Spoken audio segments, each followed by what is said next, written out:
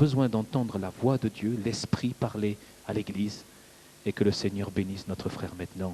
Amen.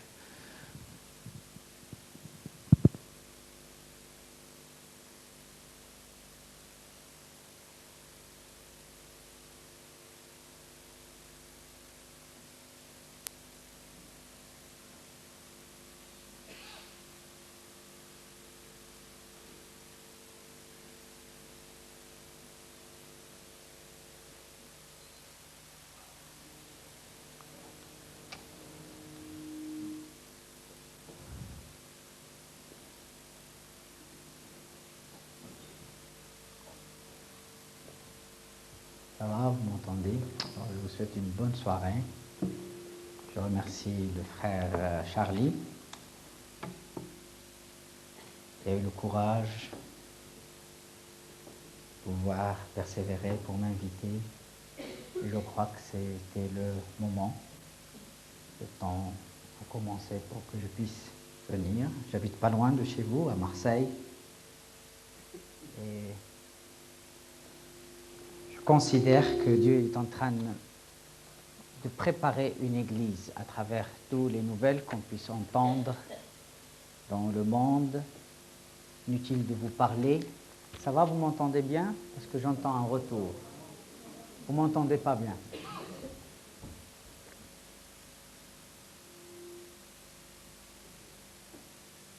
À travers ce qui se passe en Argentine, inutile de vous dire qu'il y a plus de 6000 personnes qui se convertissent chaque semaine. Beaucoup de chirurgiens dentistes se sont convertis à Jésus-Christ car il y a des dentiers entiers qui poussent. Le signe du réveil au Brésil, il y a un frère qui était dernièrement au mois de février, c'est les dents en or qui poussent. Ce ne sont pas des couronnes, mais c'est des dents plantées dans l'os. Et maintenant, c'est devenu comme une monnaie courante, comme la nouvelle naissance. C'était installé, ça commence à s'installer. Il disait que le moment où ça se répète d'une façon, on saura que le réveil s'est installé en Argentine. Dans la ville de Manos, un jeune homme de 30 ans, il ne sait pas ce qui lui est arrivé. Alors il a un gros problème, c'est qu'il a une église de 40 000 membres. Il ne connaît pas ses collaborateurs, les gens sont visités par le Saint-Esprit, baptisés dans l'eau et deviennent eux-mêmes des ouvriers avec lui. Il y a des églises qui commencent par quartier, 170, 171, 172 et ainsi de suite. C'est seulement par des numéros, c'est-à-dire comme par exemple Avenue France 1, 2, 3, 4, 5, et c'est des dizaines d'églises. Inutile aussi de vous parler de comment le Seigneur est en train de visiter les États-Unis.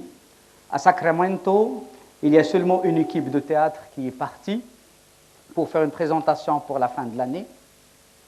Et il y a eu 20 000 conversions. Ils sont passés pour passer 3 jours, ils sont restés 3 mois, tellement les gens viennent au Seigneur Jésus-Christ. Dernièrement, maintenant ça fait 18 mois, en Floride, à Pensacola, Dieu a visité une église, une assemblée de Dieu, Assembly of God. Le pasteur, il ne sait plus, il a un gros problème, c'est le problème des chaises. Tellement les gens viennent, ils ne savent pas. Et en la période de 16 mois, il y a eu 93 000 conversions. Je crois que je vais changer de micro, j'ai un retour. Je vais me donner un.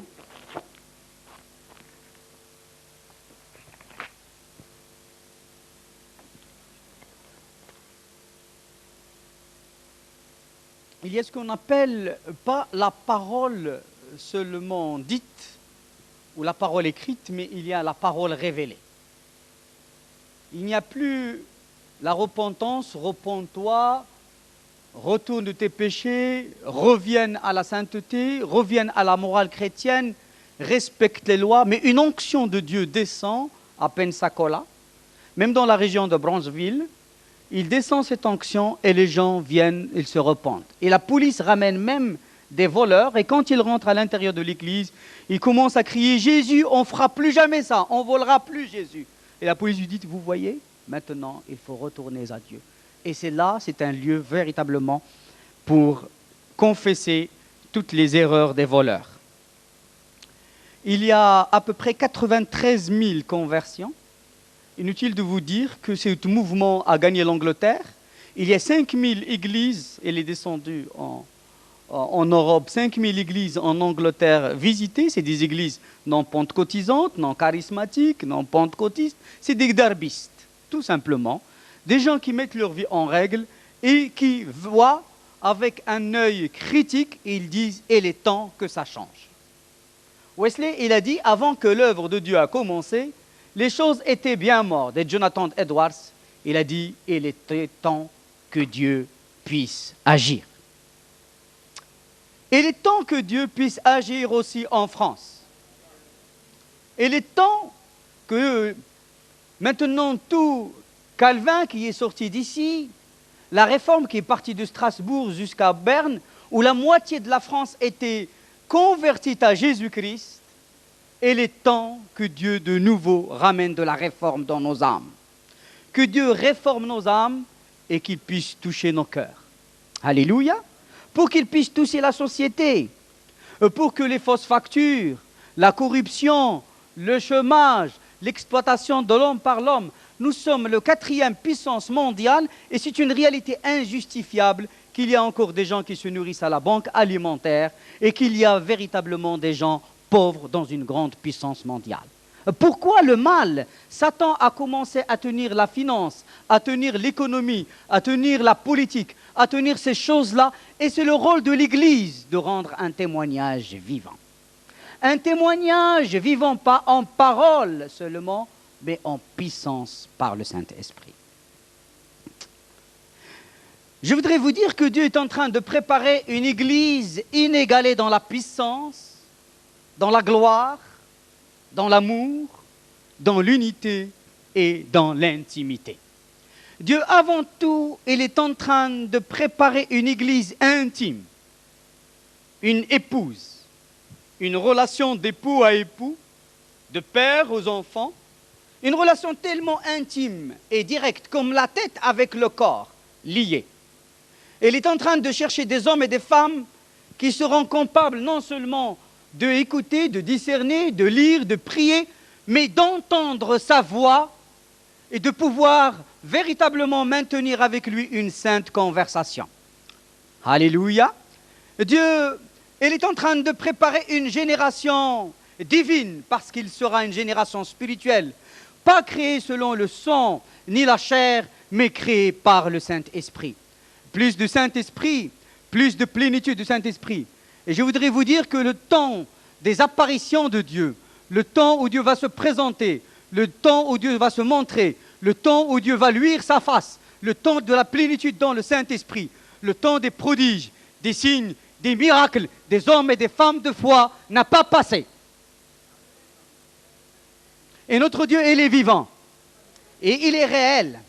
Et il est vivant. Et il est réel. Et il va agir. Alléluia. Il cherche seulement des cœurs préparés. Il cherche seulement des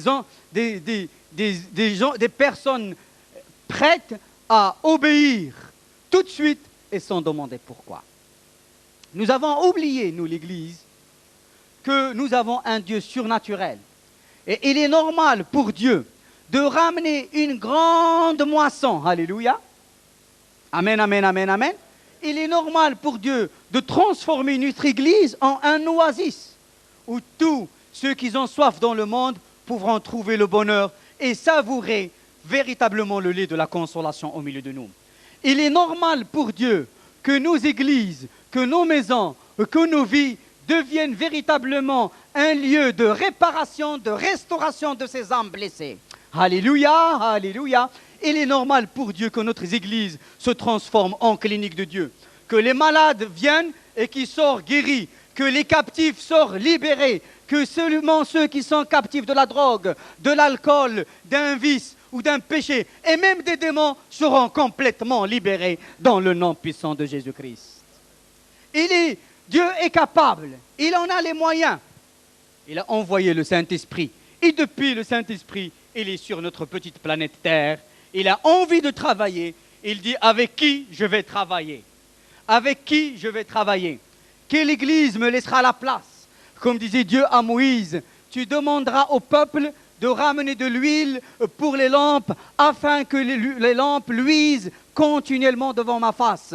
Il faut que le peuple ramène de l'huile, ça veut dire il faut que le peuple laisse la place au Saint-Esprit. Assez de nos œuvres, nous avons vu que échec, que défaite, que véritablement il y a des fois la moitié d'un homme qui vient tous les 3 dimanches. Nous voulons voir une grande moisson. Nous voulons que Dieu touche les âmes. Nous voulons qu'il réforme leur cœur, qu'il réforme leur structure, qu'il les arrache du vice, qu'il les arrache du péché, de la mondanité, qui doit être utile à la société. Alléluia. Utile pour Dieu, utile pour les autres, utile pour leur famille, utile pour les amis, utile dans leur travail. Il faut que le chrétien change complètement de structure de pensée. Il faut qu'il croie qu'il a un Dieu surnaturel capable d'obtenir des bons résultats. Et la foi dans un Dieu surnaturel, c'est le fondement de la manifestation de la puissance de Dieu. La foi dans un Dieu surnaturel est la manifestation de la présence de Dieu. Amen, amen, amen, amen, amen. Dieu veut se manifester à condition que nous pouvons croire qu'il le peut faire.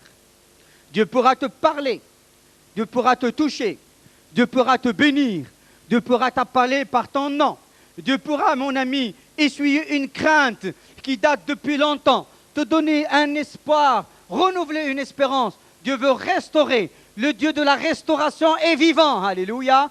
Il veut te donner un nouveau départ. Il veut te renouveler. Il veut t'envoyer en avant plus qu'un héros.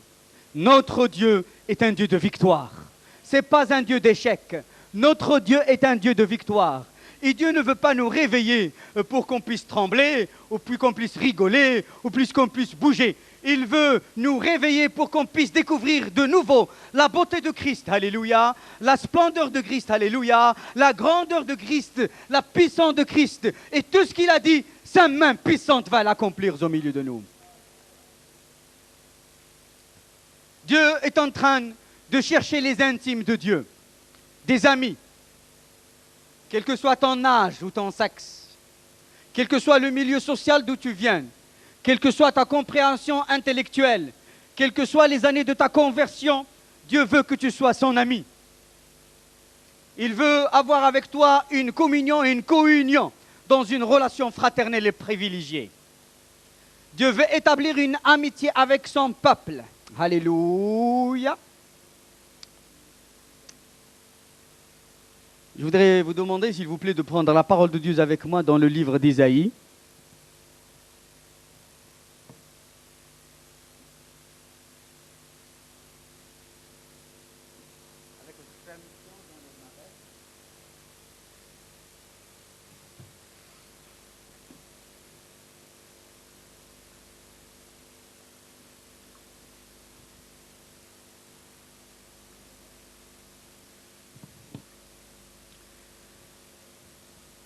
Le réveil n'est pas le but. Le réveil n'est que le moyen d'accéder à l'intimité avec Jésus. Celui qui considère le réveil et le but est un idolâtre. Celui qui cherche le réveil est un idolâtre.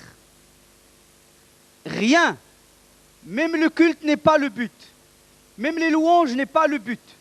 Même l'adoration n'est pas le but. Le but, c'est ce qui est l'objet de l'adoration, notre Dieu. C'est Jésus. Alléluia. Et c'est Jésus que nous cherchons. Nous ne cherchons pas le réveil de l'Argentine, ni le réveil de l'Amérique du Nord, ni le réveil du Brésil, mais nous cherchons Jésus. Nous voulons que Jésus se manifeste à nous. Nous voulons que Jésus puisse prendre forme dans notre vie, dans nos pensées. Nous voulons qu'il nous touche dans notre totalité entière, corps, âme et esprit. Nous voulons que Jésus restaure notre âme, alléluia, restaure nos sentiments, alléluia, restaure nos émotions, alléluia, cicatrise les blessures et ramène le baume de Galade, alléluia, pour tous les blessés, pour les hommes souffrants, ceux qui ont versé des grandes larmes. Mais en même temps, nous voulons qu'il touche nos corps. Nous voulons sentir sa présence corporellement. Amen, amen, amen, amen. Nous voulons qu'il nous bénisse, qu'il nous touche physiquement, qu'on soit guéri. comme Moïse a été touché et la gloire de Dieu s'est apparue sur son visage et ses yeux, il nous est dit, n'ont pas faibli. Le Dieu de l'Ancien Testament comme de le Nouveau Testament est un Dieu du surnaturel. Il faut que l'Église de nouveau invite, cherche ce Dieu du surnaturel. Ce Dieu qui a parlé à l'arbre et l'arbre devenu stérile, qui a menacé la fièvre et la fièvre est partie, qui a calmé la tempête et qui a marché sur l'eau. Ce Dieu qui est allé dans les profondeurs de la mer pour ramener une pêche miraculeuse pour Pierre. Nous voulons de nouveau retrouver cela. Ce Dieu-là n'a pas construit la Bible, ne nous a pas laissé une sainte histoire et parti en retraite. Ce n'est pas un fabricant cosmique, ce n'est pas quelqu'un qui a lancé l'Église primitive et qui est maintenant en vacances. Jésus-Christ disait de son Père que mon Père travaille et moi je travaille. Et le Saint-Esprit, il est là pour travailler. Et son rôle, c'est de nous révéler ce Dieu de gloire. Son rôle, c'est de nous faire connaître le Père. Son rôle, c'est de nous faire connaître le pouvoir de Jésus. Et ce que Jésus a pu faire dans son ministère terrestre, maintenant, il pourra le faire encore plus dans sa forme de ressuscité, homme dans la gloire. Alléluia! Et maintenant, nous brisons toute main qui nous a paralysés ici en France. Nous brisons toute pensée stérile qui est arrivé ici pour nous ravir la dimension de l'Esprit de Dieu, la dimension de la puissance de Dieu, la dimension de la guérison, la dimension des miracles, la dimension des signes et des prodiges. Nous ruinons le pouvoir de Satan, nous pouvons le pouvoir des valeurs des hommes, de Descartes, de toutes ces pensées-là qui nous ont ramenés à une stérilité et nous ramenons la gloire, la fraîcheur et qu'un temps de rafraîchissement vienne de la part de Dieu.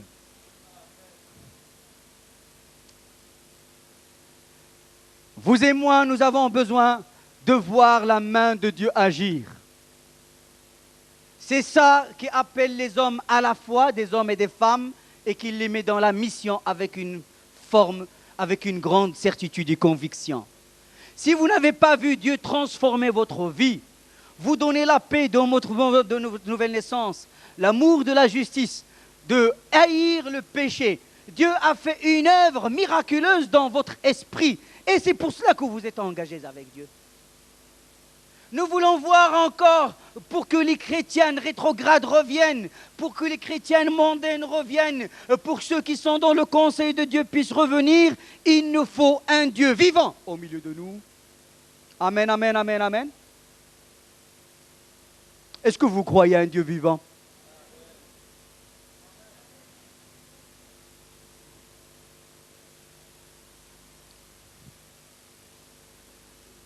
Est-ce que vous croyez que Dieu, il est capable de nous multiplier en un laps de temps? Que Dieu est capable de guérir les blessés de la route? Que Dieu est capable de consoler et d'essuyer les larmes, de redresser, de faire évacuer la douleur et ramener une joie sans entrave au milieu du peuple de Dieu? Eh bien, Dieu, voici le but. Il disait que l'Église finitive sera inégalée dans la joie. Ça ne sera pas une église brisée, mais une église joyeuse parce qu'il sera victorieuse. Le prophète Isaïe, il disait, dans chapitre 30, à partir du verset 18, cependant, Isaïe chapitre 30, verset 18, cependant l'Éternel désire vous faire grâce.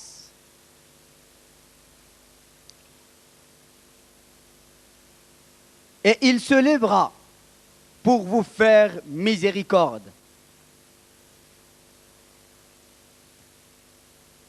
Une autre version dit, cependant l'Éternel attend pour vous faire grâce. Et je crois qu'il y a un nœud par le Saint-Esprit pendant ces 3 jours. Nous allons essayer de nous entretenir comment de nouveau allumer le feu et attiser les flammes de ce réveil qui nous ramènera à cette église inégalée dans la puissance, cette église pure, raffinée par Dieu lui-même, cette église sans tache ni ride ni rien de semblable. Parce que c'est écrit, et ce qui est écrit s'accomplira, et il s'accomplira certainement. Même s'il tarde, disait le prophète Habakkuk, attends-la. La prophétie ne mentira pas parce que cette prophétie était révélée à Paul et devenue une parole écrite. Et Dieu, il l'a dit. Et parce que c'est lui qui l'a dit, il va l'accomplir, qu'il va y avoir une église vierge, virginale, composée de célibataires spirituels. Pas célibataires dans le sens humain du terme, mais spirituels, qui ne touchent pas à la reine, qui aiment l'église et qui appellent la venue de l'époux. Il disait, l'Éternel attend de vous faire grâce. C'est-à-dire, il attend que les rebelles se convertissent ou qu'ils disparaissent. Le mot se convertir, c'est un retour, reconnaître ses fautes et ses erreurs et avoir un cœur tendre et revenir de nouveau à Dieu. Ceux qui ont endurci leur cœur, nous demandent maintenant de faire violence et demander à Dieu de ôter cette dureté et de leur donner de nouveau un cœur tendre. Un cœur de réconciliation, un cœur de pardon, un cœur de miséricorde, un cœur d'amour, un cœur fraternel, un cœur de l'amour du peuple de Dieu et un cœur de paix et de réconciliation. Dieu attend. Et je voudrais vous dire que le réveil qui va éclater en France, ça sera un réveil de réconciliation et de repentance.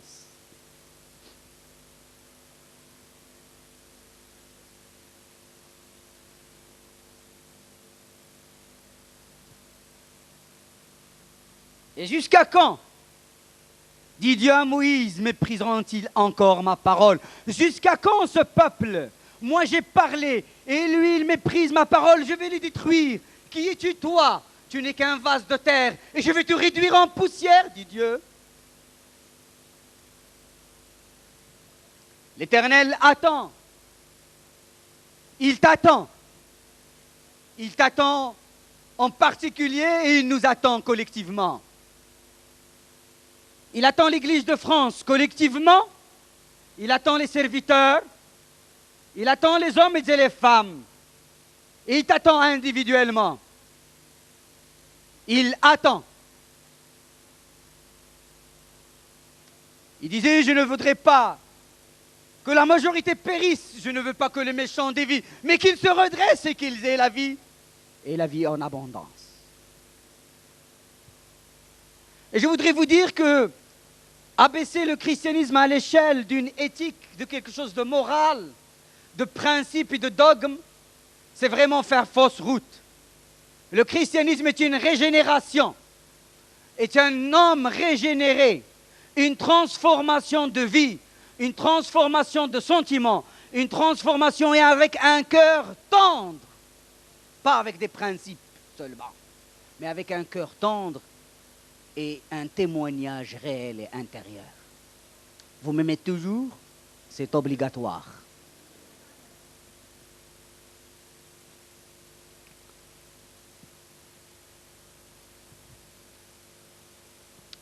Et nous connaîtrons les gens de l'onction, pas par les manifestations extérieures, mais par la vitalité spirituelle, par ce qui se passe à l'intérieur.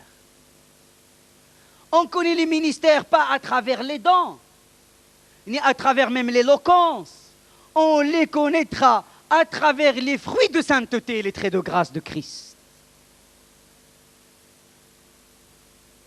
Et Dieu va véritablement accorder et signer cela par des signes, des prodiges et des miracles pour confirmer que ce qu'il annonce est vrai et juste sur la grâce de Christ.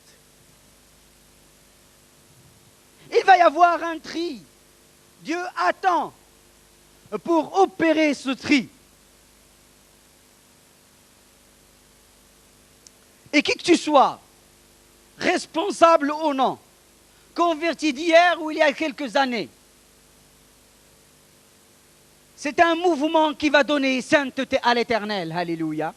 C'est un mouvement de l'Esprit, un mouvement de Dieu qui va donner sainteté à l'Éternel.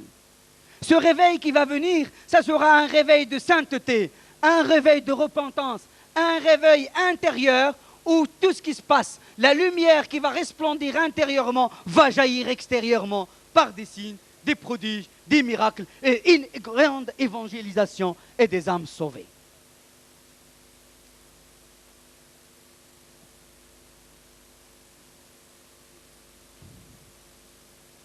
Heureux tous ceux, car l'Éternel, vous avez bien vu ce verset, il souligne tout ce qu'on venait de dire, car l'Éternel est un Dieu juste.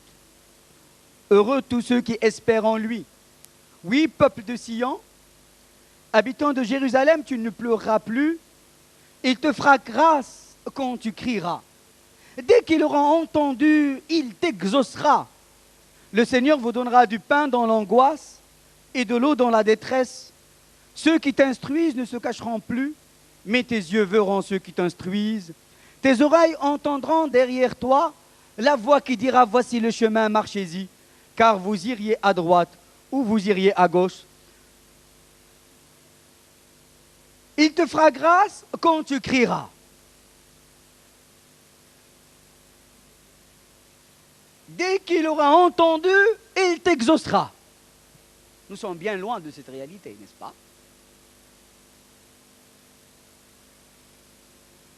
Des fois on dit Seigneur, mais pourquoi? J'ai crié vers toi, j'ai prié, et pourquoi tu ne me rends pas service? Il te dit j'attends que ton cœur deviendra tendre. Seigneur, pourquoi tu n'es pas généreux vis-à-vis de moi?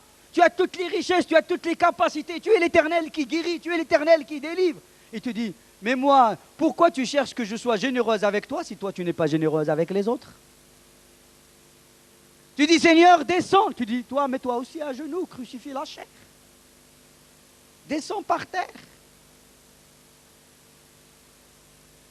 Mais quand Dieu verra ces choses-là, alors dès que tu crieras, il t'exaucera.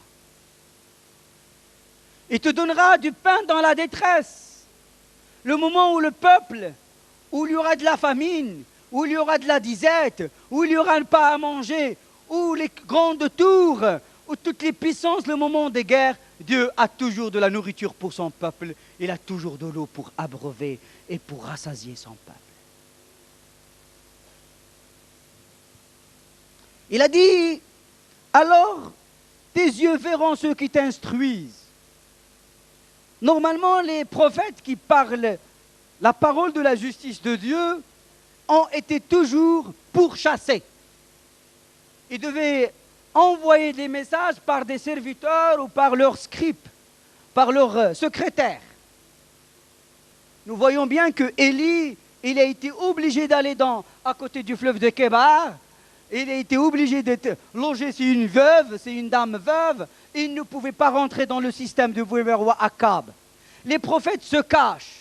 Mais quand le peuple aimera la parole de Dieu, quand le peuple, comme à l'époque du réveil de Néhémie, entendront la parole de Dieu avec des larmes, ils s'investiront dans la parole. Ils aimeront les ordonnances et la loi de Dieu. La loi de Dieu, la parole de Dieu, ils ne vont pas la repousser, ils ne seront pas aigris, ni contre la parole, ni contre le prédicateur. Alors, ce peuple-là, les prophètes, de nouveau, pourront venir et parler de la part de Dieu. Et vos yeux verront ceux qui vous instruisent de la part du Seigneur. Dieu nous dit qu'à la fin de cette église, il va y avoir véritablement un royaume de prophètes qui vont se lever, qui vont parler au peuple, des fois même par des visions ouvertes, avec des visions théophaniques, des apparitions, des fois même une dictée personnelle. Ils verront la vision, ils parleront directement, et le peuple entendra, comme Dieu disait à Moïse, ici sur l'arche, parce que l'arche de l'alliance, parce que Jésus, elle est là, parce que le trône de Jésus est célébré et respecté. Alors il a dit, je me maintiendrai sur le propitiatoire, et je parlerai avec toi, et à travers toi, je parlerai au peuple. Dieu veut parler, Dieu veut utiliser des vases prophétiques, Dieu veut parler, mais à ce moment-là, il attend que l'Église de Dieu se prépare pour le rencontrer. Et seulement dans vos prières, mes amis, il faut prier, dire, Seigneur Jésus, viens. Le réveil n'est pas un luxe. n'est pas la crème sur la tarte, c'est une urgence, parce que l'Église s'enlise, s'assoupit, dort et ne voit pas ce qui se passe autour d'elle. Il n'a ni position ni dans le monde chrétien, religieux et spirituel, ni il investit les lieux célestes. Il faut qu'on se réveille parce que l'occultisme a commencé à prendre du terrain, parce que l'immoralité a commencé à prendre du terrain, parce que les familles monoparentales commencent à prendre du terrain, parce que le divorce est rentré dans l'Église. La vitalité spirituelle est sortie du milieu de nous. La puissance et la manifestation de la puissance de Dieu n'est pas au milieu de nous. On n'assiste pas aux miracles, on n'assiste pas aux guérisons miraculeuses, on n'a pas de guérison remarquable. Mes amis, parce que l'islam a commencé à gagner du terrain dans une terre christianisée. Parce que le bouddhisme, il a fait sa rentrée dans la télévision et dans la média. Maintenant, le réveil est une urgence. Réveille-toi, toi qui dors. Le réveil, ce n'est pas un luxe. Et Dieu cherche une église militante, une église qui connaît ses droits et qui appelle le Dieu de gloire de venir et de pouvoir se manifester et de repousser les puissances des ténèbres. De repousser comment l'islam est devenu la deuxième religion de France. C'est une stratégie de qui? Si ce n'est parce que l'Église a manqué à sa vocation de témoignage, il a manqué à la saine doctrine, il a manqué véritablement d'annoncer la parole aux étrangers. Et alors, la deuxième génération, il y avait un vide. Et la nature a horreur du vide. Alors ils sont cherchés dans leurs origines.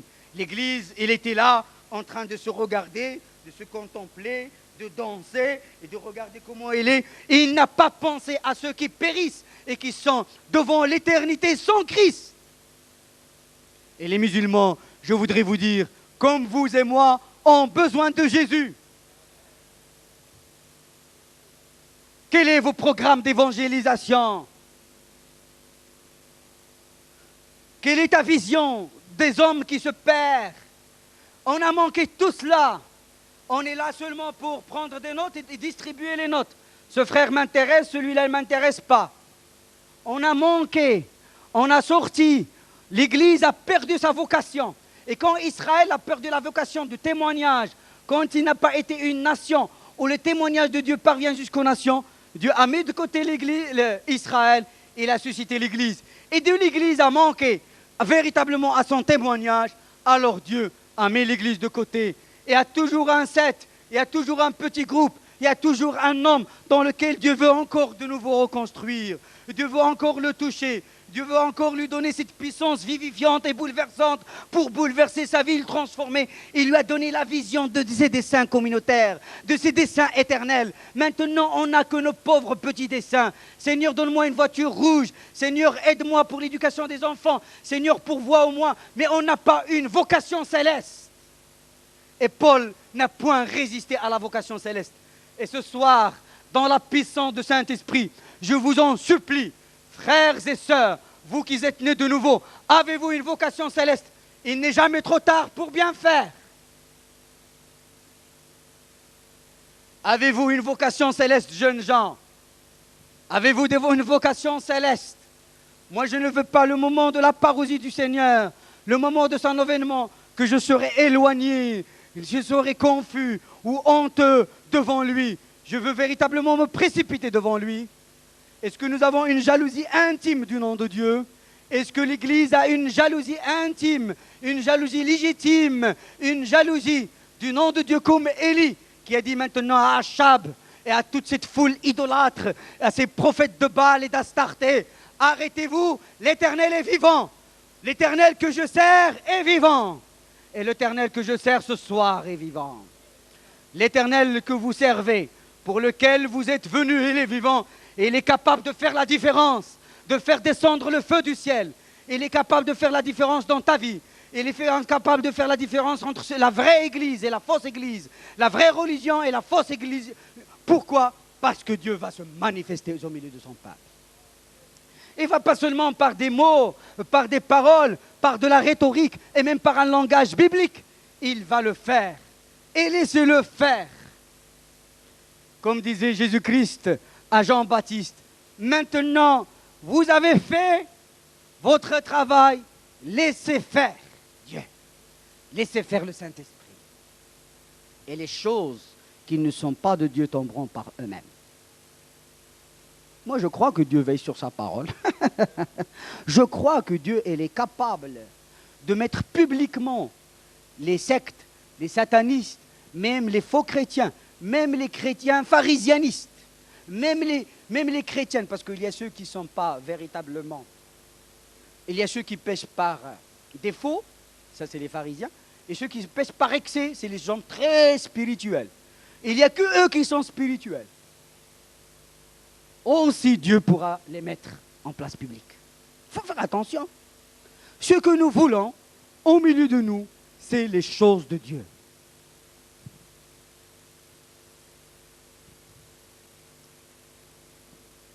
Dieu va susciter une génération de prophètes qui va ramener à une certaine maturité prophétique pour donner les grandes lignes, les grandes directions, qui vont parler même des choses spirituelles, notamment les crises financières, notamment les catastrophes, notamment comment le peuple de Dieu va s'organiser, comme Gabus, le moment où il est monté à Antioche pour avertir l'Église qu'il va y avoir une famine à Jérusalem et que le peuple de Dieu commence à solidariser, le peuple de Dieu commence à trouver la communion, le peuple de Dieu il est averti, comme Dieu disait à Jean, monte ici et je te ferai voir ce qui va arriver par la suite. Montre ici, je te ferai un dévoilement de tous les événements qui vont arriver. Dieu ne veut pas que nous soyons dans l'ignorance, que l'Église du Seigneur soit en train de tâtonner, en train de chercher, qu'il soit dans la confusion, dans le déséquilibre. Dieu veut des chrétiennes et des enfants de Dieu stables, qui savent qu'ils ont un Dieu vivant, qui règne et qui est au-dessus des plans humains et des plans naturels.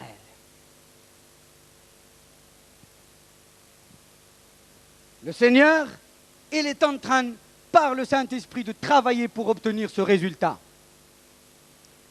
Il y a des prophètes, une génération nouvelle de prophètes, qui ont commencé à parler. Il y a un prophète qui avait annoncé le sida. Le moment où il avait dit en 72, ce n'est pas la peine que je donne son nom, qu'il va y avoir une peste qui sera sur le monde. Et cette peste-là va agir selon les fluides du corps. Les médecins chrétiens, dans une conférence au Canada, ils ont commencé à rire. Cet homme de Dieu, il a dit à une église au sud de Californie, si vous me laissez la place, que je vienne quand le Saint-Esprit me le demande. Alors quand je viendrai chez vous, la terre va trembler. Et quand il est allé chez eux, la terre a tremblé. La Californie a tremblé. Il avait averti toute l'équipe. Il travaille avec Paul Ken, il travaille avec toutes ces équipes de prophètes. Il les avait avertis, il leur a dit à telle heure, à tel jour, à telle heure, à 5 heures d'après-midi, vous allez regarder les télévisions, il va y avoir un événement dans l'histoire. À 5 heures, toutes les chaînes de télévision des États-Unis ont arrêté leur programme. Ils ont annoncé la crise boursière, un déficit où les caisses d'épargne agricoles ont complètement fait faillite, et des milliards, des réalités injustifiables, des chiffres comme ça qui sont partis, et on allait tomber jusqu'à la crise de 1920. Il y a des hommes maintenant qui sont donnés pour parler de la sécheresse, des catastrophes naturelles, des tremblements de terre, des choses aspirituelles, et Dieu veut que son peuple ne soit jamais dans la confusion. Le prophète Joël il disait, quand je répandrai mon esprit, quand je répandrai de la pluie de l'arrière-saison, alors mon peuple ne sera point dans la confusion. Les enfants de Dieu doivent savoir où ils vont, doivent avoir leur position. Et en même temps, il va y avoir une génération de pasteurs qui va se lever, des aides-bergers, qui vont avoir la capacité de rendre les brebis à cœur docile, à la voix docile, qui se détourneront du loup, du chacal, du renard, et qui se détourneront de la voix de l'étranger, et qui suivront ces aides-bergers, qui seront les aides-bergers du grand berger, à savoir Jésus-Christ. Ils auront la vision de l'Église universelle. Ils ne voleront pas les brebis des autres. Ils auront la vision. Ils diront qu'il y aura un seul berger, un seul troupeau. Ils auront la vision de l'Église. Et on ne va plus s'appeler des dénominations, mais on va s'appeler l'Église de Jésus. Bien sûr, il y aura ceux qui habitent le sud et ceux qui habitent le midi, Il y a ceux qui habitent l'Est, ceux qui habitent l'Ouest. Chacun il aura son identité, chacun sa famille, pour qu'on puisse se réunir. Mais il y aura le moment où la trompette de Dieu sonnera. On pourra se rencontrer dans le terrain, on pourra se rencontrer dans les hauteurs pour prier, on pourra se rencontrer à la plage pour parler de Jésus, on pourra marcher ensemble pour annoncer Jésus-Christ, on pourra, et un esprit d'unité de Dieu, parce que l'unité de la foi c'est quoi? Nous disait Éphésiens 4, c'est un degré de maturité spirituelle, c'est-à-dire arriver à le stade de l'état parfait, à la stature de Christ, c'est-à-dire on va accéder, on va sortir de notre état d'enfance, parce qu'il y a même des serviteurs qui sont encore enfants, toujours jaloux de leur propre affaire. Et Dieu va générer et disait voici le chemin. Ils vont diriger dans le chemin pour conduire le troupeau dans des verts pâturages de repos de Dieu. Alléluia, amen. Alléluia, amen. Alléluia, amen, amen, amen, amen. Alléluia, amen. Que Dieu véritablement transforme nos vies maintenant. Transforme notre entendement maintenant. Hommes, femmes, jeunes gens, responsables, non responsables. Que Dieu véritablement nous ramène dans cette dimension et qu'il nous donne un esprit de douceur, un esprit docile pour entendre la voix de Dieu et sa direction.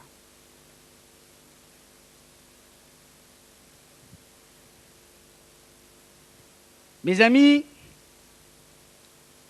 il a dit, vous tiendrez pour souiller l'argent qui recouvre vos idoles. Et l'or dont ils sont revêtus, tu en disperseras les débris comme une impureté.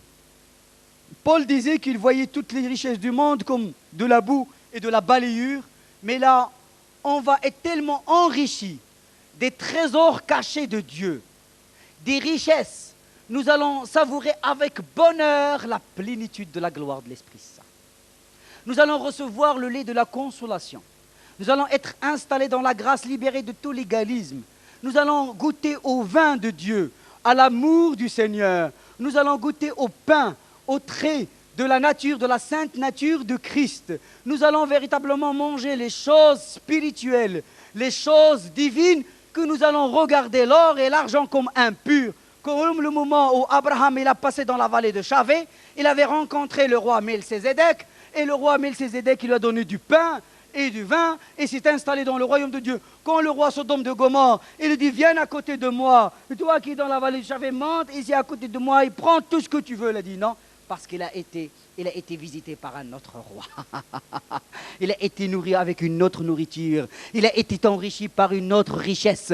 Et Dieu va nous enrichir. Alors nous allons sortir de la convoitise du monde. Nous allons regarder toutes ces choses du monde comme impures, presque impures. Nous allons être rassasiés intérieurement. Nous allons être dans un confort parce que notre seul désir, c'est de flotter dans le paradis de Dieu et être à genoux devant le trône du Seigneur. Notre seule joie, celle qui fait notre bonheur, c'est de saluer le ciel, c'est d'être dans les splendeurs du ciel, c'est de voir les portes du ciel s'ouvrir, c'est de voir le trône de la grâce, c'est de voir ces merveilles de Dieu, c'est de voir ces murs de jaspe, de sardoine, ces choses comparables à l'émeraude, c'est de voir l'arbre de la vie, c'est de toucher à Christ, de toucher à la guérison qui est en Jésus-Christ, de toucher au roi des temps et au roi de nations. C'est véritablement l'aimer, et l'aimer davantage, et lui dire, Seigneur, élargis mon vase, parce que je veux être rempli davantage de ton amour. Seigneur, élargis mon cœur, déchire mon cœur,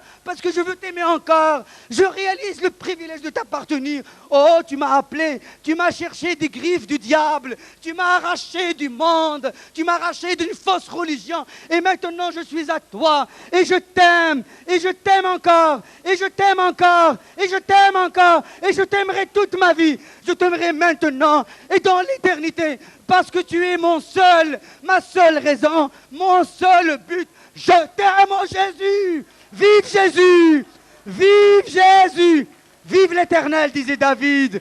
Que l'Éternel vive, que Jésus vive, parce que nous sommes rassasiés, rien que par sa présence. Dès qu'il dit bonjour, alors on est rassasié. Dès qu'il descend sa main, on est béni, guéri. Alléluia, alléluia, alléluia, alléluia. Le monde ne connaît pas Jésus. C'est pour ça qu'ils sont dans le train du monde. Mais nous, on connaît Jésus. Mais nous, on connaît Jésus. Oh, il disait Jésus, Père juste. Ils ne te connaissent pas. Le monde ne te connaît pas, mais moi, je te connais.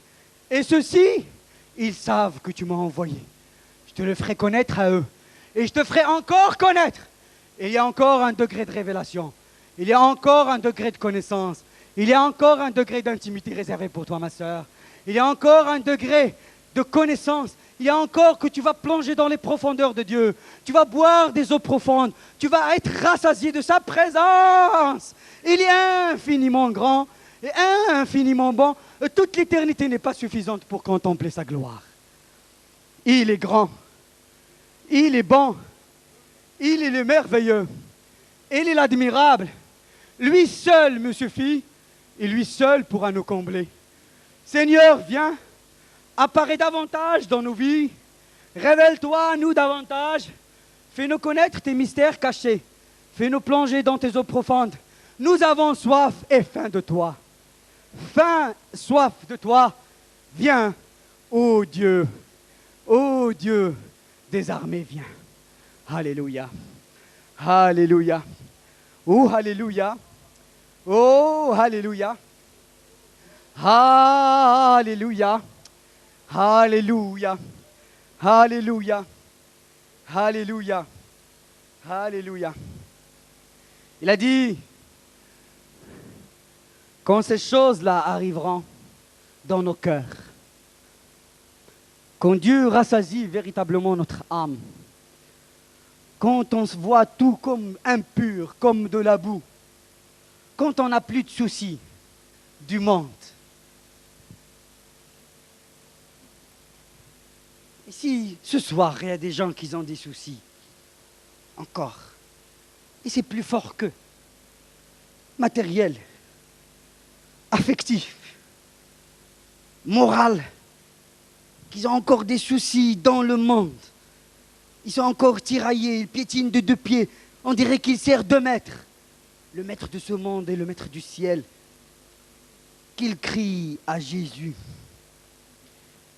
qu'ils implorent sa miséricorde, et qu'un miracle de sa miséricorde qui triomphe du monde va venir dans le nom puissant de Jésus-Christ.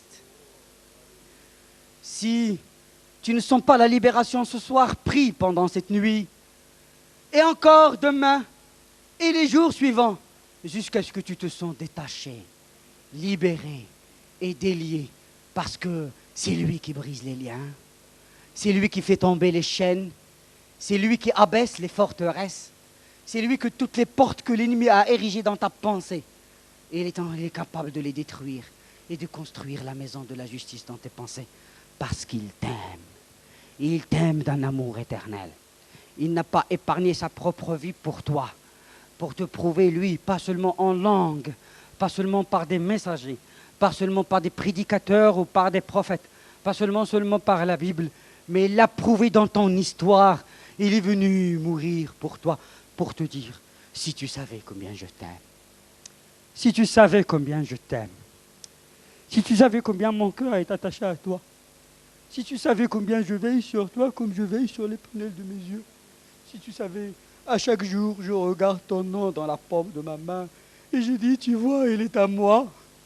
Si tu savais combien Christ, tu es un cadeau précieux entre ses mains parce que tu étais au Père et le Père les a donnés à Jésus. Il t'a donné à Jésus et Jésus remercie le Père parce tu étais au Père et maintenant tu es à lui. Tu es quelque chose de précieux. Tu es un cadeau de Dieu entre les mains de Jésus. Et il te dit, je suis là pour te guérir. Je suis là pour te bénir. Je suis là pour te sortir de la stérilité.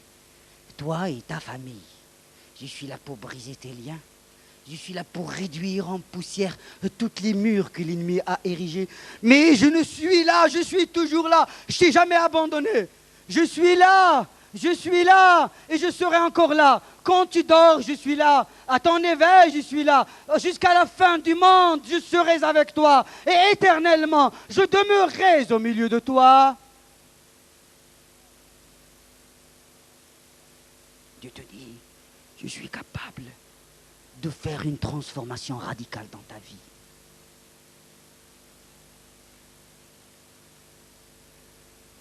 Dieu veut opérer les transformations, les changements de vie, des changements radicaux. Radical. L'Église finitive ne sera plus connue. Nous serons comme des précurseurs d'une foule céleste. Alléluia.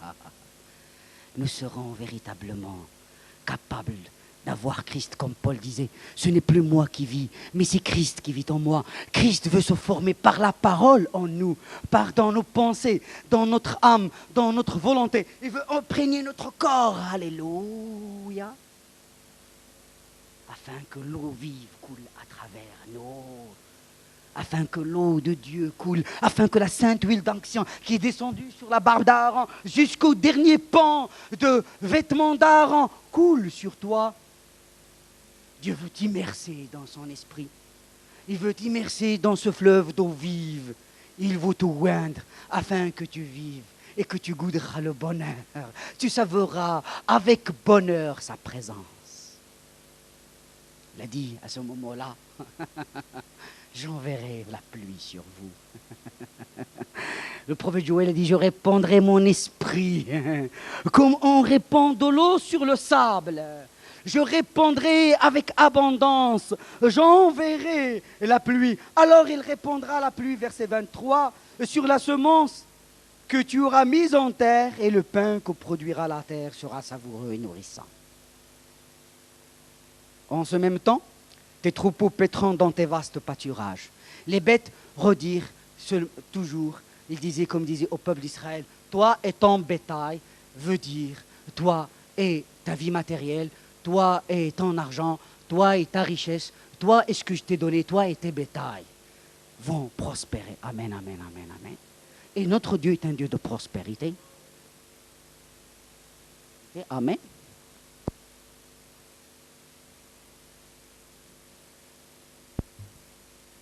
Et vous savez que notre prospérité matérielle dépend de notre prospérité intérieure. C'est un resplendissement de ce qui se passe intérieurement. Quand les gens sont sobres, quand les gens sont droits, quand les gens sont intègres, quand les gens ne sont pas mondains, ils prospèrent avec le peu de choses, Dieu multipliera. Alléluia. Amen, amen, amen, amen. Quand les gens ne rentrent pas dans les crédits, ils ne vont pas leur force et leur énergie et leur vie de travail aux banques, alors ils prospèrent. Et Dieu va intervenir. Ce que les hommes achètent à 1 million, on pourra te le donner.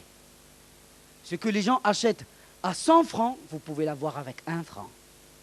Et Dieu produira les providences parce que notre Dieu est un Dieu de providence. Est un Dieu qui crée les circonstances. Dieu parle à travers les circonstances dans notre vie. Et Dieu va nous bénir à travers les circonstances que nous avons choisies. Et je voudrais vous dire que votre avenir spirituel dépend d'aujourd'hui. Il ne dépend pas des intentions de demain. Et Dieu ne va pas nous juger pour les bonnes intentions que nous avons à faire demain. Il dépend de ce que nous sommes parce que nous ne savons pas de quoi le lendemain est fait. Et l'ennemi, lui, n'oublions jamais, nous qui nous sommes croyants, que l'ennemi de nos âmes, il est là sur la brèche. C'est maintenant que nous ressentons un défi de changement et de transformation par la grâce de Dieu. Pas par nos capacités, pas véritablement par notre compréhension, pas même pas par nos profondes décisions, mais dit Seigneur, je veux être conforme à ta parole. Donne-moi la grâce. C'est comme dans un mariage. Donne-moi la grâce. Et la grâce de Dieu vous accompagnera dans chaque jour de votre vie. C'est une alliance, comme disait Jérémie. Rappelle-toi de ton fiançailles, rappelle-toi de l'alliance de ta jeunesse. Encore une nouvelle alliance. Une alliance aujourd'hui. Amen, amen, amen. Une nouvelle alliance. Une nouvelle alliance. Et je voudrais donner comme gage que votre vie va changer. Parce que notre Dieu est réel. Et notre Dieu, il ne prend pas nos engagements en vain. Il a dit, à ce moment-là, les bœufs et les ânes qui labourent la terre mangeront un fourrage salé qu'on aura vanné avec la pelle et le vent. Sur toute haute montagne et sur toute colline élevée, il y aura des ruisseaux, des courants d'eau au jour du grand carnage. C'est-à-dire, nous allons être dans le royaume de Dieu, sur les hauteurs du montagne. Le moment où il y aura les grands carnages, la chute des tours. Les tours veut dire les grandes puissances alors il va y avoir de la nourriture, il va y avoir dans le royaume de Dieu de l'Esprit Saint. Si le prophète Élie a été nourri au moment de la famine qui s'appesantait sur la Palestine par un animal impur, un corbeau, s'il a été nourri à peu près tout le reste, quelques mois, avec une veuve de Sarepta, avec un peu de farine et un peu d'huile dans le pot, et il y avait le miracle de la multiplication, alors le Dieu d'Élie est notre Dieu. Et Jacques n'a pas hésité de nous dire dans le Nouveau Testament, frères et sœurs, ne soyez pas dans l'ignorance que Élie, il est de la même nature que vous et moi. Il a eu ces moments de doute, ces moments d'incrédulité, ces moments sceptiques, ces moments de guerre, ces moments de combat. Mais en honorant Dieu, Dieu l'a honoré. En honorant Dieu par ta foi, par une parole positive, par une parole, par un langage de la foi. Car il disait que c'est par ta bouche, c'est par les paroles de ta bouche, tu parviendras au salut, à la protection, à l'assurance, à la guérison, à l'intervention divine. Par les paroles de ta bouche, si tu crois dans ton cœur, tu parviens à la justice. Mais si tu confesses de ta bouche, tu parviendras au salut. Par une seule parole, une parole de foi. Oui, Dieu est avec moi. Et qui sera contre moi? Ni la famine, ni l'épée, ni la nudité, ni le mensonge, ni l'agression, ni le diable, ni la rébellion, ni le chef de la rébellion même ne sera pas contre moi, parce que Jésus est avec moi, parce que Jésus m'a aimé, Jésus est mort pour moi, Jésus m'a sauvé, Jésus m'a promis des choses, il interviendra. Alléluia. Une fois j'étais en Suisse, à Genève, et il y avait un moment d'exercice de ministère et j'ai prophétisé. Je voyais quelqu'un qui partait en Chine. Ça ne m'est jamais arrivé de voir la Chine, terre lointaine. Je suis plus francophone. Et à ce moment-là, je voyais quelqu'un qui part en mission en Chine. Et je lui dis, il y avait à peu près 200 personnes qui sont avancées à l'appel. Et à ce moment-là, quand j'ai dit à quelqu'un qui part en mission en Chine, et Dieu lui confirme son appel, il y a une sœur qui a commencé à sauter, à frapper. Il était vraiment venu seulement pour recevoir cette parole-là. Il voulait avoir la conviction. Tout le monde lui dit, mais pourquoi tu veux aller en Chine? Mais là, elle est venue pour recevoir la conviction. L'essentiel, elle était réjouie. Et au milieu de 200 personnes, une seule personne qui s'est levée, c'était une parole qui avait une grande efficacité pour soutenir la foi de plusieurs. Bref, cette sœur est tombée malade avant d'aller en Chine. Elle est tombée gravement malade.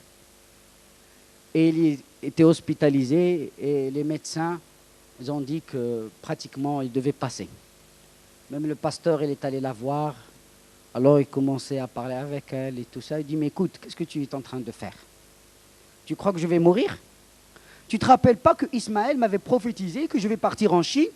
Tant que je ne partirai pas en Chine, je ne vais pas mourir. Tout le monde disait, même on m'a téléphoné, m'a dit, Ismaël, il faut la raisonner un peu. Je dis, comment je vais la raisonner? Il a la foi. Ça ne se raisonne pas, ça. C'est illogique. Une parole de Dieu, comme disait, dit une parole, et mon serviteur sera guéri. Et cette parole-là, vraiment tous les médecins, les gens ont prié pour elle, presque son mari, il a été sceptique, mais elle, il tenait à cette parole-là. Et finalement, elle est sortie de l'hôpital, elle est guérie, elle est en pleine forme, elle est allée en Chine.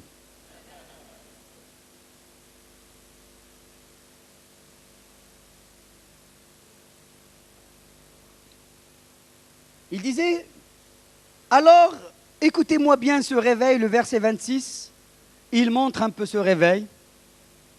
La lumière de la lune sera comme la lumière du soleil, et la lumière du soleil sera 7 fois plus grande que la lumière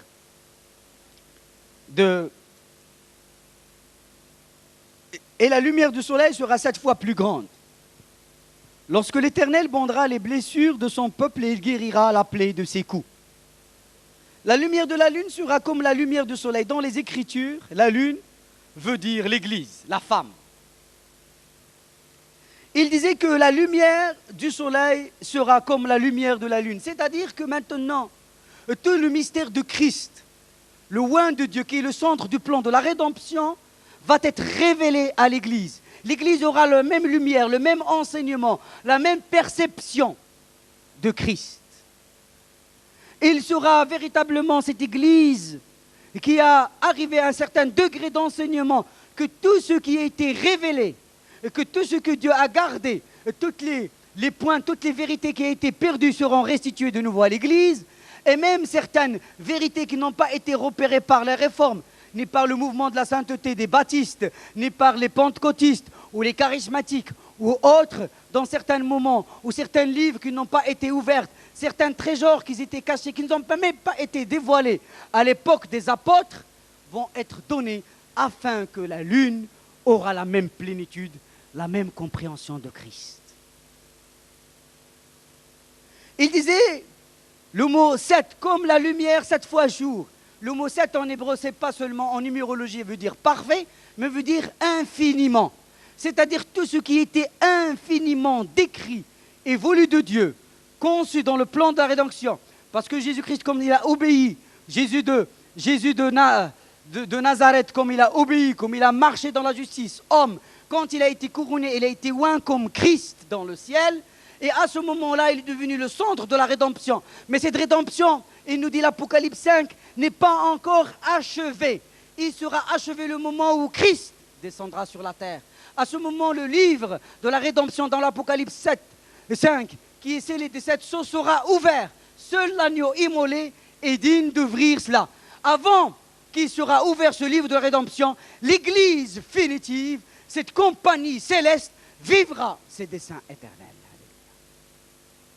Et il sera une église intime. Qu'est-ce que ça veut dire une église intime?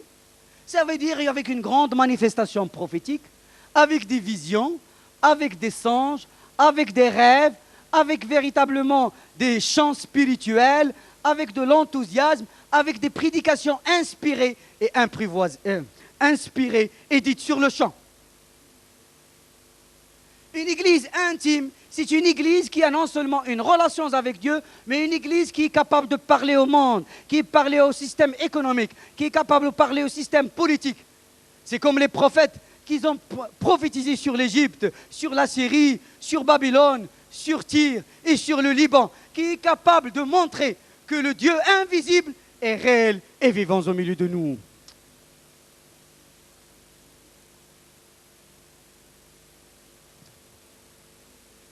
Alors je voudrais vous dire, il est déjà 10 heures, je peux continuer?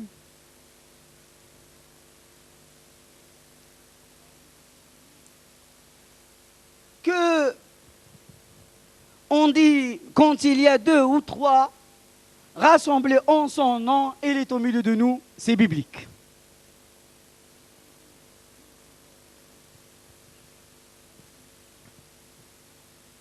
Mais cela, elle est conceptuelle. C'est une croyance philosophique et intellectuelle. Parce qu'un être suprême, dans toutes les autres religions, même la religion de l'islam d'où je viens, parce que c'est un être supérieur, suprême, créateur et maître de l'univers, il est assez difficile pour lui de ne pas être omniprésent. On ne peut pas parler d'un Dieu créateur de l'univers sans pour autant dire qu'il est omniprésent. C'est qu'une croyance philosophique et intellectuelle, c'est quelque chose de conceptuel. Bien sûr, c'est un contexte, c'est un cadre dans lequel repose notre foi, c'est un conte biblique, parce que c'est une parole révélée sur laquelle on s'appuie. Mais ce n'est pas une dynamique qui change le courant de notre vie. Si les musulmans croient que Dieu est omniscient, et d'autres religions croient que Dieu est omniscient, ça ne donnera pas une transformation et ça ne communiquera pas une dynamique pour changer la vie. Le psalmiste lui-même nous a résumé l'omniscience de Dieu. Et la théologie en parle de l'omniscience. Une des attributs de Dieu et de l'Esprit de Jésus-Christ, c'est l'omniscience. Il disait, où irai-je loin de ton esprit? Où fuirai-je loin de ta face? C'est-à-dire, tu es toujours là. Ça, c'est un contexte biblique que nous devons saluer. Mais ce n'est pas comme ça que Dieu se révèle.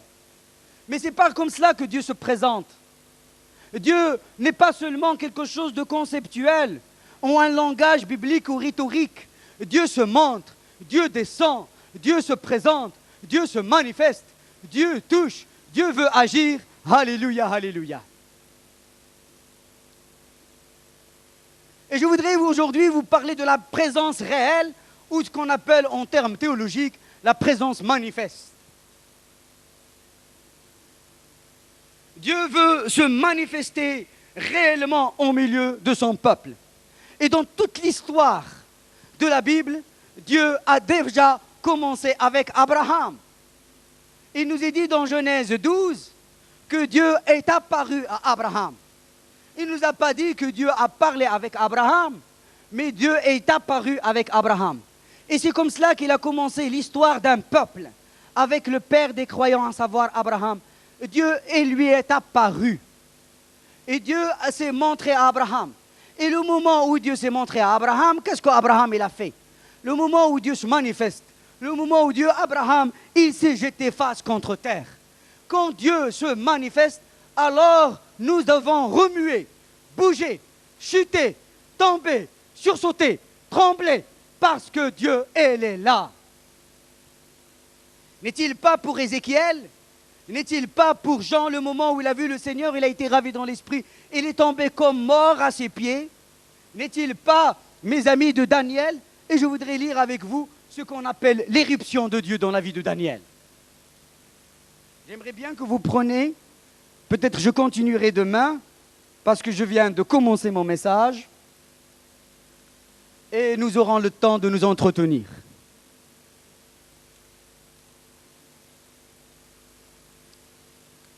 Dans Daniel chapitre 10, et je voudrais vous dire que la présence manifeste, c'est que Dieu actualise et localise sa présence dans le temps et dans l'espace.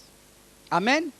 Dieu fait sentir ou entendre ou nous faire voir sa présence dans un moment bien particulier et dans un lieu bien déterminé. Et nous voyons bien les autels que Abraham a construits. Et j'aimerais bien que vous allez construire des autels jusqu'à la fin de votre vie sur cette terre, la fin de votre voyage terrestre. Abraham, à chaque fois où Dieu lui est apparu, il a construit un autel. Abraham, il sait de qui il parle. À ce moment-là, c'est à la mesure de notre connaissance qu'on peut construire un autel. C'est à la mesure de la révélation qu'on pourra adorer Dieu. C'est à la mesure de la révélation qu'on pourra obéir à Dieu. Et j'aimerais bien qu'il va y avoir des monuments dans notre vie, qu'on pourra construire des autels, comme Abraham a construit un autel, comme Jacob à Péniel, le moment où il a vu Dieu.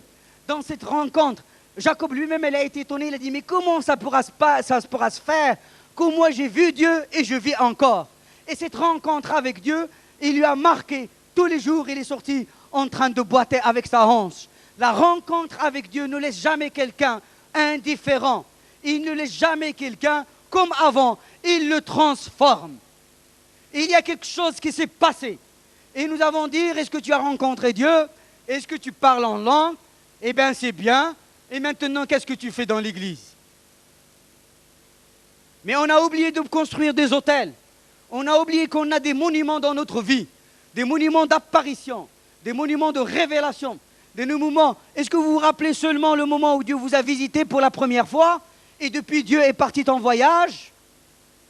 Et comme disait Élie sur le dieu de Baal, il fait la sieste, il est peut-être en voyage. Nous n'avons pas quelque part cet esprit de Baal qui est pénétré au milieu de nous. Nous devons savoir que Dieu, je voudrais le rencontrer. Ce n'est pas je l'ai rencontré il y a 10 ans, ou l'année dernière, ou je l'ai rencontré il y a 20 ans. Je veux le rencontrer aujourd'hui, demain et le jour suivant. Et dans la vie d'Abraham, le moment où il a quitté Charan et il est monté vers la direction de Bethel, le moment où il est rentré dans l'obéissance, nous y reviendrons plus tard, alors à Sichem, de nouveau Dieu lui est apparu. Et il a construit un autel. Mon désir, ma prière pour l'Église de France, et ça j'aime l'Église de France, ça c'est quelque chose que Dieu m'a donné et personne ne peut me l'apprendre, c'est que nous pouvons construire des autels dans notre vie. Des autels collectifs dans le culte.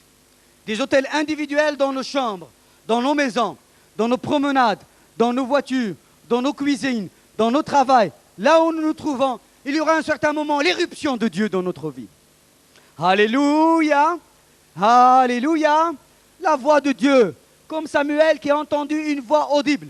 Ce sont des moments ou des occasions ou des périodes, ce qu'on appelle des saisons de restauration de la part de Dieu dans la vie de son Église et dans la vie de ses serviteurs et de ses servantes. Amen, amen, amen, amen, amen. Et quand tu vas parler, tu vas avoir l'assurance vraiment que c'est Dieu qui a dit ça. Et personne d'autre ne pourra te l'enlever. Parce que tu l'as vu, tu as senti son onction, tu as touché sa main, tu as entendu une voix intérieure, ou bien par exemple une lumière qui t'a jailli, ou Dieu a fait luire sa face devant toi, ou Yahvé Mélek, l'ange de l'Éternel, t'est apparu. Et nous voyons ça avec Gédéon, nous voyons ça avec les parents de Samson, nous voyons ça dans toute l'histoire sainte dans l'Ancien Testament, à savoir dans le Nouveau Testament. Pierre en extase, Paul dans la route de Damas, et Jean ravi dans l'esprit, et autre chose, il y a eu des éruptions et des apparitions. J'aimerais bien qu'on dise, Seigneur, véritablement, nous désirons ta présence manifeste. Et ce qui fait la différence entre l'Antiquité classique et les autres religions du monde, c'est véritablement la présence manifeste de Dieu. C'est ça qui fait la différence entre le christianisme et les autres religions et les autres croyances. Le Dieu de la Bible, ce qui constitue le noyau central de la foi chrétienne, écoutez-moi bien, ce qui constitue le noyau central de la foi biblique, c'est la présence manifeste de Dieu. Si on enlève Dieu dans la vie d'Abraham, si on enlève Dieu dans la vie de Jacob, il n'y aura qu'une histoire d'homme sans sens. Si on t'enlève la nouvelle naissance, qu'est-ce qu'il reste? Ou un événement, ou une période, qu'est-ce qu'il pourra dire? Que les combats, que les luttes, que les pleurs, que les larmes, que des prières véritablement sèches. Il faut construire un autel. Ça ne veut pas dire que David n'a pas eu de l'adversité. Ça ne veut pas dire qu'Abraham n'a pas passé par des combats. Ça ne veut pas dire que nous n'aurons pas de combat. Ça ne veut pas dire que nous n'aurons pas de lutte. Écoutez-moi bien, nous n'allons pas tomber dans la mystique. Mais nous devons savoir que Dieu a la capacité et le désir dans son cœur de se manifester individuellement et collectivement. Ne tombons pas dans la mystique. Que Dieu vous garde et me garde, et que Dieu garde la parole que je vous annonce ce soir. Et Dieu est témoin. Mais vous devez avoir des moments bénis dans une présence de Dieu. Tu ne sais pas peut-être qu'est-ce qu'il t'arrive, tu n'auras plus de genoux pour rester debout.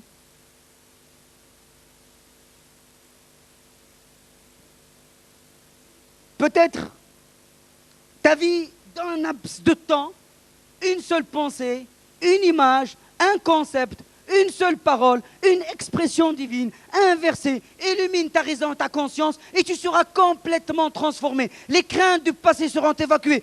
Et Dieu t'a donné un avenir à espérer, même un ministère, un service, une vision de Dieu, une vocation qui s'est installée. Et vous êtes un peuple à recevoir encore les grâces et les grâces de gloire. Les grâces éternelles. Dieu, encore, il est riche et il veut dispenser ses grâces. Tu es invité à recevoir la grâce, grâce sur grâce. Et encore grâce, et encore grâce, et grâce sur grâce, encore grâce. Et que l'esprit de grâce soit sur toi, ma sœur. Les gâteaux de Dieu, les cadeaux de Dieu, les cadeaux de Dieu. Et dans l'auteur des Hébreux disait que Dieu a parlé de différentes manières. Et Dieu veut parler de différentes manières. Vous m'entendez bien? Dieu nous a parlé dans le Fils. J'y reviendrai. Dans Daniel 10, il disait le 24e jour du premier mois, écoutez-moi bien, que Dieu maintenant se localise dans le temps et dans l'espace. Le 24e jour du premier mois, j'étais au bord du fleuve qui est Édékel. Je levai les yeux, je regardais, et voici, il y avait un homme vêtu de lin, et ayant sur les reins une ceinture d'or d'Uphase. Il le décrit. Il levait les yeux. Il ne levait pas les yeux intérieurs. Il ne s'agit pas des yeux intérieurs.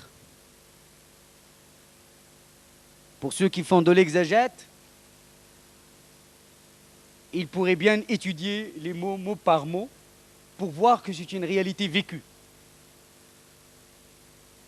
Je levais les yeux, je regardais, voici, il y avait un homme vêtu de lin ayant sur les reins une ceinture d'or d'Uphase. Son corps était comme de chrysolite, son visage brillant comme l'éclair. Ses yeux étaient comme des flammes de feu, ses bras et ses pieds ressemblaient à de l'airain poli, et de sa voix était comme le bruit d'une multitude. N'est-il pas la description que Jean nous faisait dans l'Apocalypse 1, le moment où il était ravi au jour du Seigneur? Il voyait un homme qui avait le visage qui éclaire comme la force du soleil, et avait des yeux comme des flammes de feu, et des pieds comme de l'airain poli. Habillé d'une grande robe et une ceinture en or autour de sa taille. C'est le même homme. Maintenant, nous savons bien, à travers le Nouveau Testament, que c'est Jésus-Christ lui-même en personne. Et j'aimerais bien vous dire que le réveil et le ministère du réveil, et quand nous allons étudier les différents hommes, c'est l'ange de l'Éternel lui-même. Si Yahvé Malek, et qui s'est révélé à Moïse pour conduire et éclairer le peuple, les libérer de la servitude et les ramener vers le pays promis, c'est-à-dire vers ce réveil, vers le pays, à savoir Jésus-Christ le pays. Et la vie du pays, c'est la vie de Christ. Gédéon, c'était l'ange de l'Éternel. Déborah, de la même façon, tous ces hommes-là, dans l'Ancien Testament, nous voyons que c'est l'ange de l'Éternel lui-même, c'est Christ en personne qui prend ce ministère en main. Alors, son corps était comme de chrysolite. Bon, je vais passer. Moi, Daniel, je vis seul la vision. Et les hommes qui étaient avec moi ne la virent point, mais ils furent saisis d'une grande frayeur et ils prirent la fuite pour se cacher. Je restai seul et je vis cette grande vision. Les forces me manquèrent, mon visage changea de couleur et fut décomposé et je perdis toute vigueur. Là, c'est une description du corps. Les forces me manquèrent. Il a eu du mal à rester debout. Mon visage changea de couleur et fut décomposé et je perdis toute vigueur.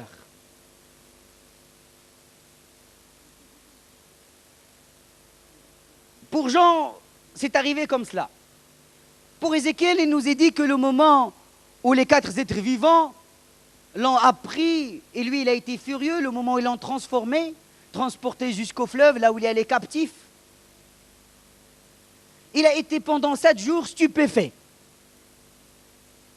Alors,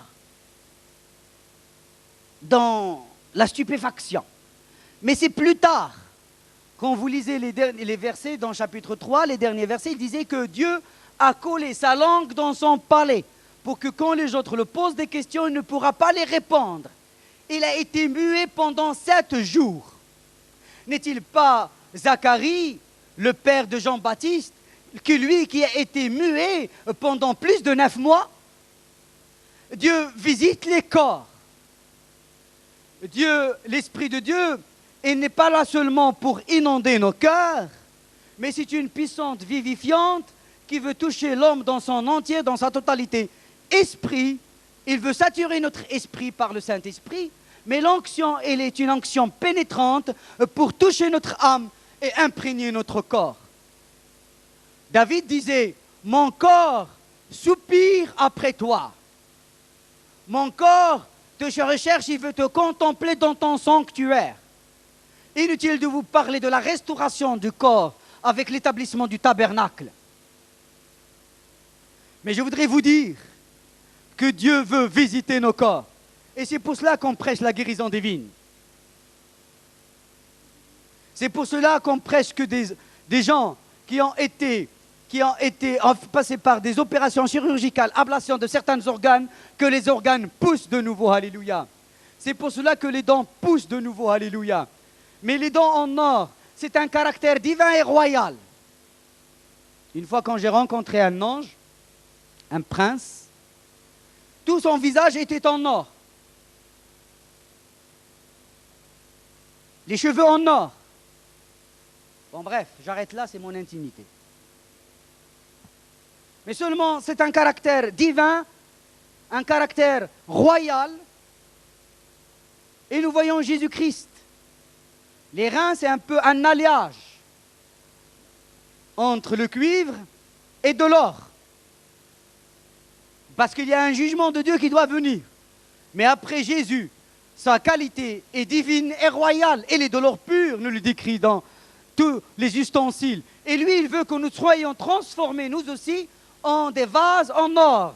Les vases qui se trouvent dans le lieu saint, qui sont des vases en or.